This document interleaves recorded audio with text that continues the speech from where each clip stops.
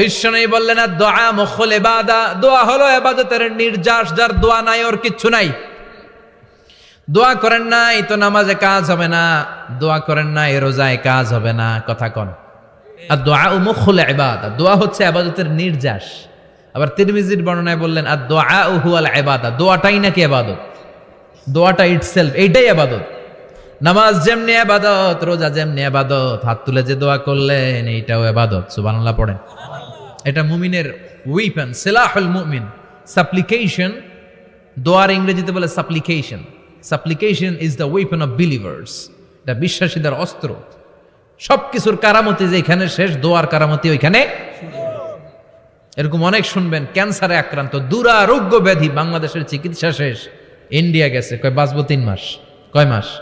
এরপরে 7 বছর বাইসা ছিল। কেমনে বাঁচলো? কেমনে? দোয়া। দোয়ার পাওয়ার আছে না নাই? তবে দোয়াটা দোয়ার মতো হতে হবে। সিনসিয়ার দোয়া is like a missile.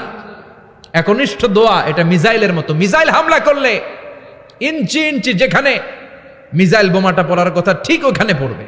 Drone হামলা করলে ঠিক ওখানে, ব্যালিস্টিক ক্ষেপণাস্ত্র নিক্ষেপ করলে লক্ষ্য বস্তু যেমনি ভিত করে, তেমনি দোয়ার মতো দোয়া করলে মুহূর্তেই দোয়া কবুল হয়ে যায়। আমরা দোয়ার মতো দোয়া করতে জানি না। কেমন করে দোয়া করতে হয় আমাদের জানা নাই, এজন্য দোয়াও কবুল হয় না। চিল্লায় কোন ঠিক কিনা?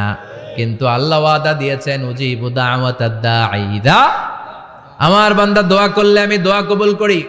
আমার বান্দা চাওয়া মাত্রই আমি কবুল করে নেই। সুবহানাল্লাহ পড়েন। যত দোয়া আপনি করেছেন সব কবুল, সব। অল অফ ইউর দোয়াজ আর অ্যাকসেপ্টেড। সব কবুল হয়েছে আল্লাহর কসম।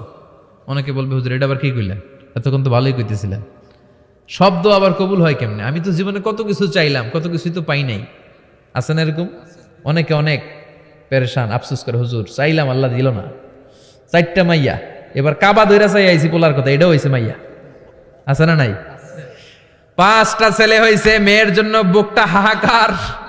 হজে যে আরাফাতের ময়দানে চেয়ে আসলাম, এইবারও হয়েছে আর একটা পোলা। আছে না নাই?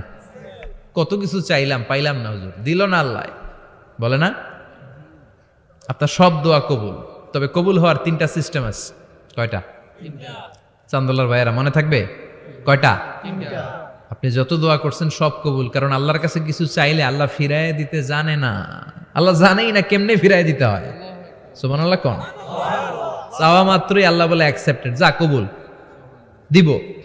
দিব না এটা বলতে জানে না, চাওয়া মাত্রই বলে দিব। 3 সিস্টেম। নাম্বার 1, আপনি আল্লাহর কাছে দোয়া করলেন, চাইলেন, আল্লাহ বলে দিব, বলেই তিনি দিয়ে দেন আর আপনি খুশি হয়ে যান, পেয়ে গেলেন।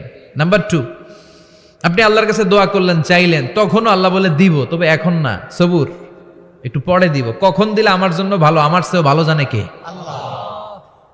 পরে দিবে। নাম্বার 3, চাইলেন, দোয়া করলেন, আল্লাহ তখনও বলে দেব, তবে এখনো না, পরেও না, কিয়ামতের দিন যেদিন বিপদে পড়বে ওই দিন দেব।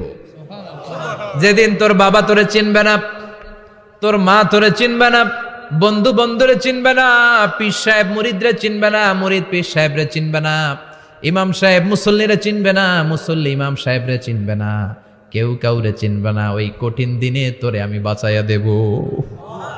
তাই দোয়া যা করছেন ছোটবেলা থেকে আজকে পর্যন্ত, লস হয়েছে না লাভ? লস না লাভ? এজন্য বেশি বেশি দোয়া করার দরকার আছে না নাই? জীবনে যদি কোনো নেক আমল থাকে, ওই নেক আমল দিয়ে যদি আল্লাহর কাছে দোয়া করেন, দোয়া কবুল করে নিবে কে?